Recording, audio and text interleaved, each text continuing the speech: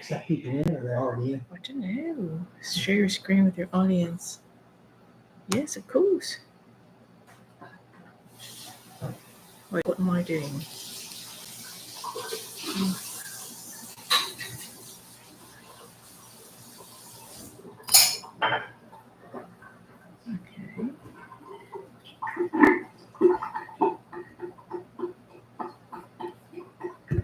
Point the air conditioner. What did I do wrong? You know what I mean? 62 waiting. Huh? There's 62 waiting. You let them in. I don't know. I don't actually know. I thought you knew how to do this. I think I do. So you're going to get the phone and text Alicia? No, I'm fine. Nobody's in, right? I don't think you have the people in. They're just, I think, I don't know. Well, it's 5 o'clock, so you should. I know.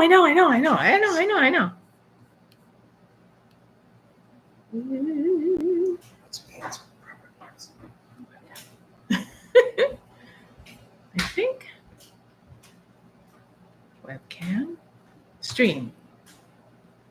Webcam. Wait a minute. Check that one setting. No, I do want monetization on. Save. Okay. Share screen. Share screen.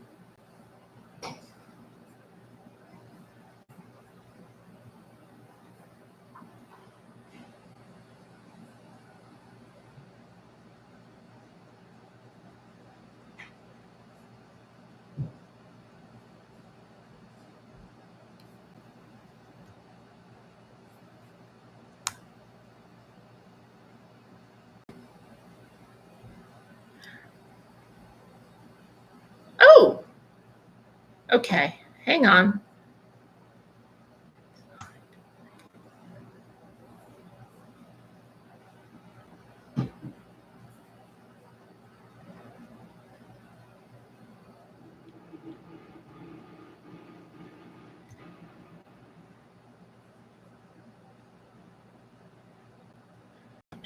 Stop sharing. Okay. Are you guys with me? Can somebody, I don't know, send me a message or something that you're with me? Okay. I'm going, I think. Hang on. This is my first one. Sorry. Doing the best I can here. Okay. Is somebody giving me a thumbs up that you're here? Okay, great. Hi. All right, here we go. It's my first one. Bear with me. I'll get better at it. I'm a little late to the party with its technology stuff, but here we are. So, welcome to a dinner view. You are actually in my kitchen, virtually speaking. And what we're going to do, first of all, I'm going to tell you, in case you don't know, why you might want to listen to me on any level at all. And then I'm going to tell you what I hope to accomplish today. And then I'm going to ask you guys to either email me or send me a comment or something to tell me what you want to talk about in the future. So that it's not always about me, because this really isn't about me. I really want it to be about you. For many years, I've been an educator, and I really want to continue to do that. And this seems to be kind of a cool way to do it. I mean, I watch live streams and I've never really participated in them, but here we go. Hang on one second. Hon, will you check my phone? I think people are texting me that they're in. So if you would do that, it's over here. Okay. So that I don't, anyway. And then you can turn the thing off because I hear everybody. They're all here. So anyway, why you should listen to me. So I have been a vegan for 42 years, and before that, a vegetarian. And I'll tell you really quickly how it happened. It's a long story. I won't bore you because I know there's stuff you want to discover, and it's not about me. So what I would like to tell you is that I became a vegetarian at 14 because my father worked in a slaughterhouse for about a minute and found that he couldn't do it as a butcher. And when he did that, I discovered that there was more to meat than meat, and it wasn't anything that I wanted any part of. So I stopped eating meat. I still ate eggs and cheese because I didn't make that connection yet. And then I became a junk food vegetarian, Diet Dr. Pepper and Oreos all the way. And at 26 was diagnosed with a terminal form of cancer and told that I had 6 to 9 months. And just prior to that, I had watched my mother pass away from colon cancer, doing all of the traditional therapies that people do. And I decided that if I ever got sick, I was never going to do that. I didn't know what I would do, but it wasn't going to be that. So I got sick, was told I had no time, and met the man that I married and have been with for 42 years, Robert Perello, who talked to me about vegan macrobiotics and all sorts of ways to regain my health with nutrition. I didn't believe a word of it. I thought, yeah, this all sounds good. He's adorable. He has gorgeous eyes. And you've got to be kidding, because if this was true, somebody would talk about this. But I didn't realize what I know now, which is that people don't know enough about this to talk about it in a professional capacity. So you're kind of on your own. I think it's a little better now, but you're kind of on your own. So long story short, I had changed my diet to a diet that was actually healthy, and got well within 14 months using food. After that, I studied Chinese medicine, macrobiotics, acupuncture, got my master's in nutrition because I thought, wait a minute, if I'm going to talk about this, I need to know what I'm talking about, because I have no idea how I got better, except I changed my food. But was that all there was to it? And it turned out that was all there was to it for me. Now, this was in 1983, when I would say our food might have been stronger, right? Soil richer. We didn't supplement so much back then, but we do now. And now we need to, because soil is soil.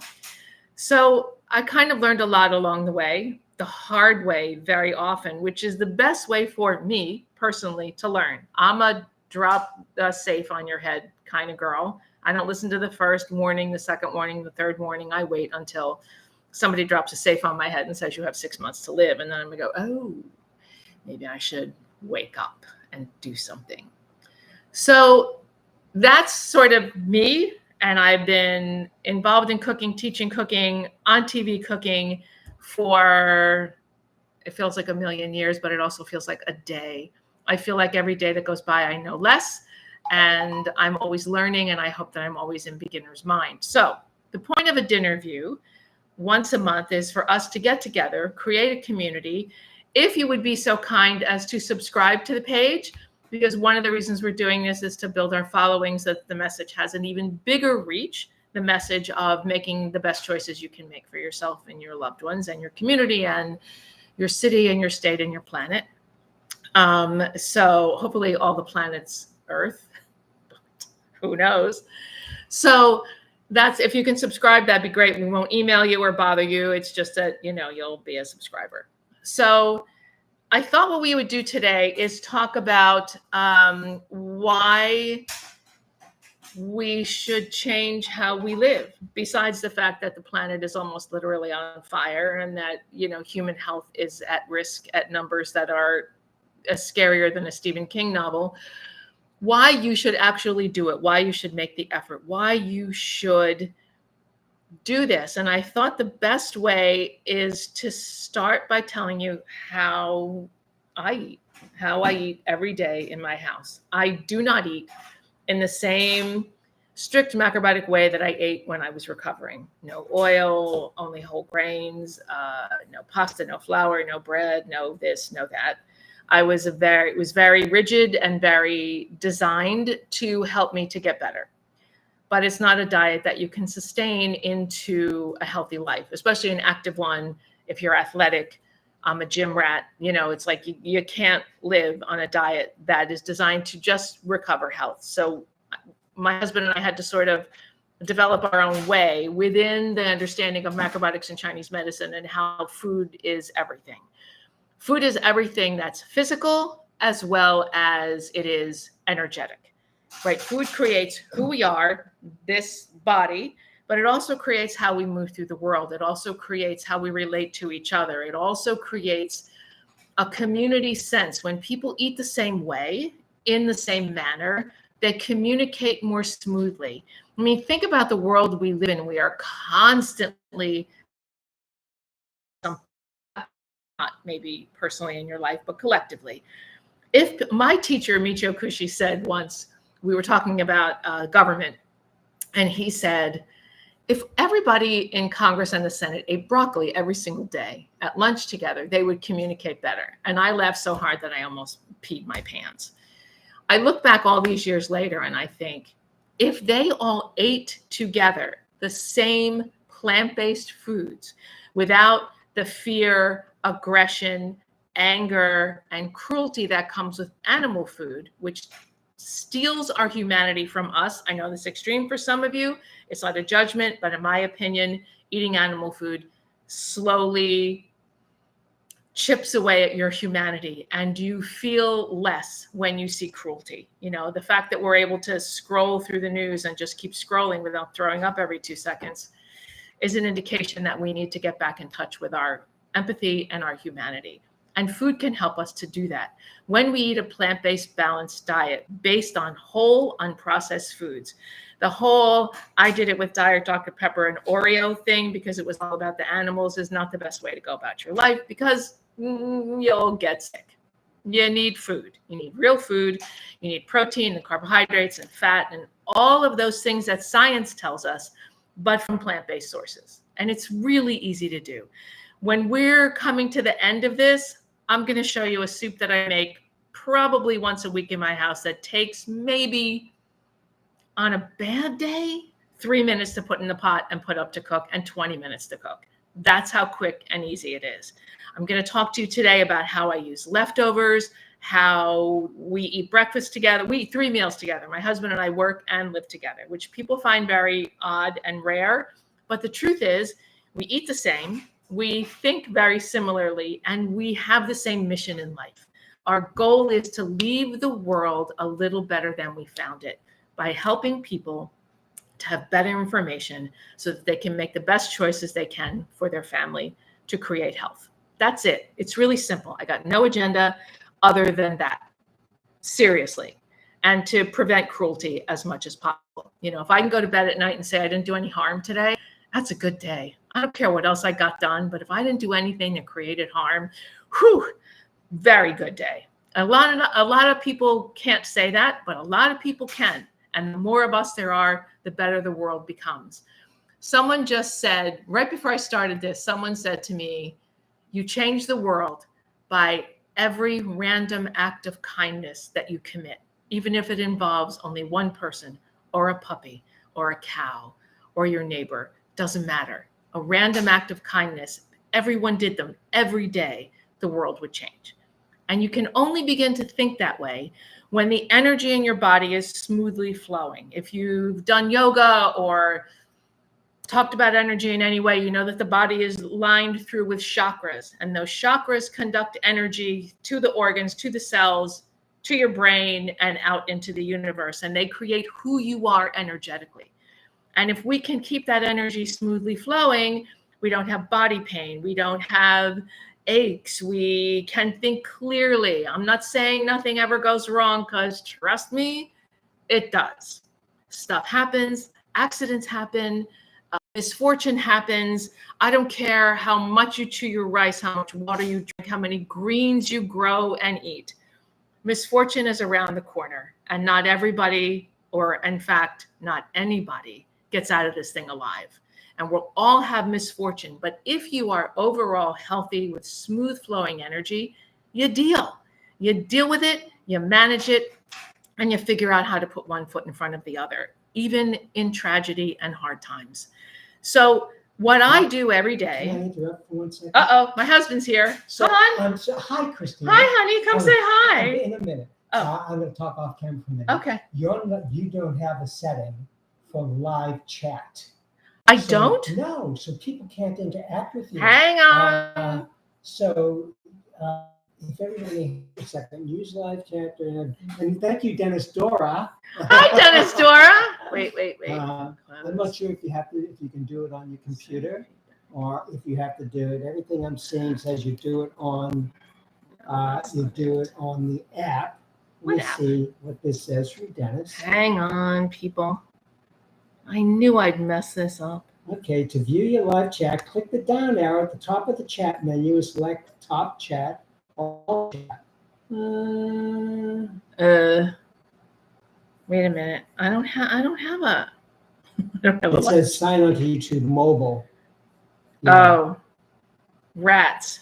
Can you do it? Hang on. No. For a minute? No, hang on. Sign out, send me. Maybe I can do it from my. No, I don't want to leave the site. Crap. I don't know how to do this. I knew I'd mess this up. Thanks, Dennis. Yeah. I knew I'd mess this up. Hang on. I can't switch account. Dennis is looking now for desktop instructions. But if I sign, because I can't sign out, because then I'll lose you all, and that would suck. Okay, let me see if there's something else. Share? No, I don't want that. God, I don't do anything on X. All right, well, while Dennis Dora looks for the way for me to enable a live chat. You'll listen to me ramble. You can listen to me ramble. And chat. Sorry. Oh, gosh. Does edit help me? Edit does not help me. No. How do you want to go live? Webcam. Hang on. Customization. No. Sorry, I know there's live chat. Hold on. Why won't it let me do it? Live chat is disabled for this video. Why? Shoot. Did you lose people? No, I didn't lose people. Live reactions. Why? Wait a minute. Hold on. Why is it live chat is disabled to protect minors? What? They have to protect minors from me? Uh-oh. Hold on. Reactions message to the Well, it seems that I have to protect minors from this from the moment. So by the time we do this next month, I will be able to enable a live chat. He knows why I have to be protected. Minors have to be protected from me. Oh my gosh. Sorry, guys. All right. Okay. Why? I'll work on it. Oh, Robert's working on it. Okay. Where was I? Of how we eat. Right, how we eat. So in our house, Yes. What? Go ahead. No. Proceed. Proceed. Proceed. I'll jump in. Okay, in our house, we begin every day. We work for a couple of hours. I am not an early morning eater. We get up relatively early and we work for a couple of hours because our office is in our home. And then Robert makes us breakfast, which we eat at around 10. We take a break from work and we eat at around 10. I know it's a luxury. I know, I get it. And I'm going to talk to you guys who don't have that luxury. And Robert makes a breakfast every morning of miso soup, whole grain porridge, vegetables, tofu, red lentils. We have plenty of protein and whole grains every single morning because we are both active gym rats. We walk everywhere. Robert's a runner.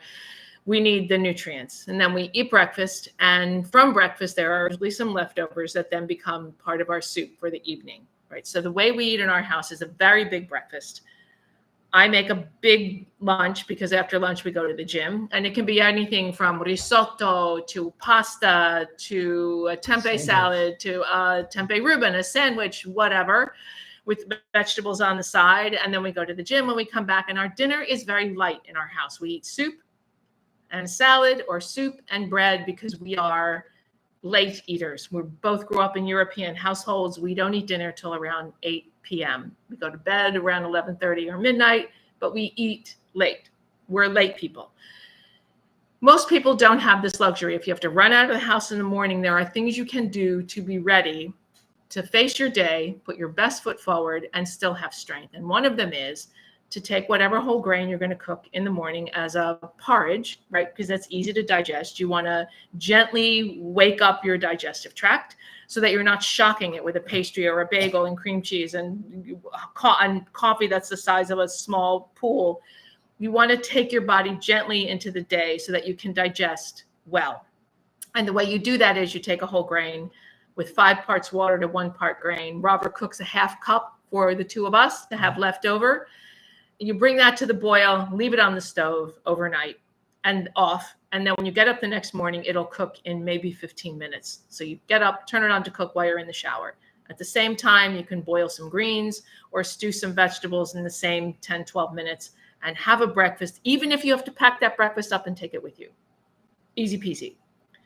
Lunch in our house, I again have the luxury to cook, but everybody can make a hummus on whole grain bread sandwich or tofu, or make some sushi rolls, or make Quinoa a pasta salad to take with you, or quinoa salad like I made for lunch today. Cook some farro. There's tons of options, and I happen to have a website called Christina Cooks, loaded with recipes. You could go there and get some recipes. And then our dinner is usually soup made from leftovers, and you're going to see that in a little bit.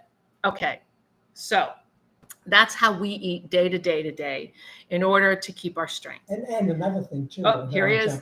Peanut Gallery's here. Well, you have to show your face. You can't just talk off camera. Hello. There he is. So, and there he goes. So he is not only my partner. well, Hang on. He's not only my partner in the love of my life, but he was also my mentor. So I went out for a run. You went out for a run, got rained on. And it was sunny as could be when I walked out the door.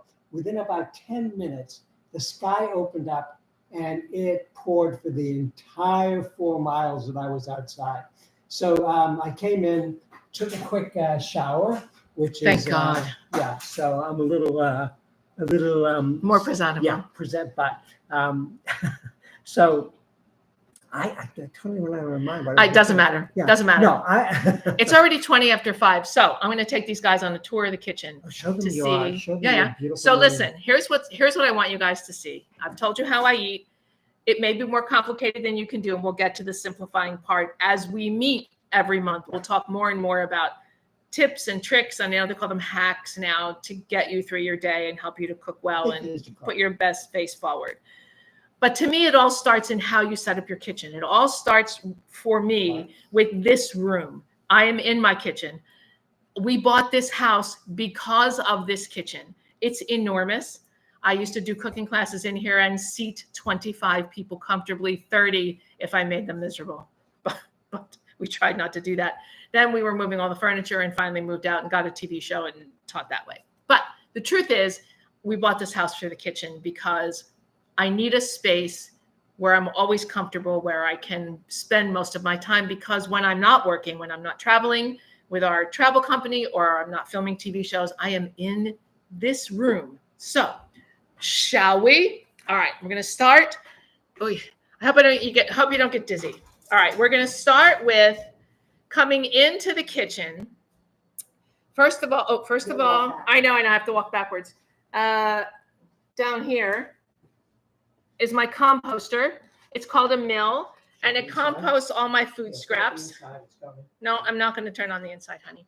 And then I have a massive and gorgeous espresso cup collection. And a friend of mine just built me this shelf to store them on. And it just, for me, it adds to the beauty of my kitchen. Sorry, it just does. So this is my fridge right here. I don't have much in the freezer, but in the fridge. So then we have here my adored and well-named Sophia stand mixer, espresso machine. And then we come to this area of the kitchen, sink and board. We're going to come back to in a minute. And then here you have my pantry. As I said earlier, I was going to straighten it out, but I didn't. Top shelf is beans and some spices, whole grains, and then the bottom shelf is all condiments and my Finamil spice grinder. And this way, this is a cabinet that I gave up to do this, so that as I'm standing cooking here at my board, my stuff is right there. Stove, which you'll see again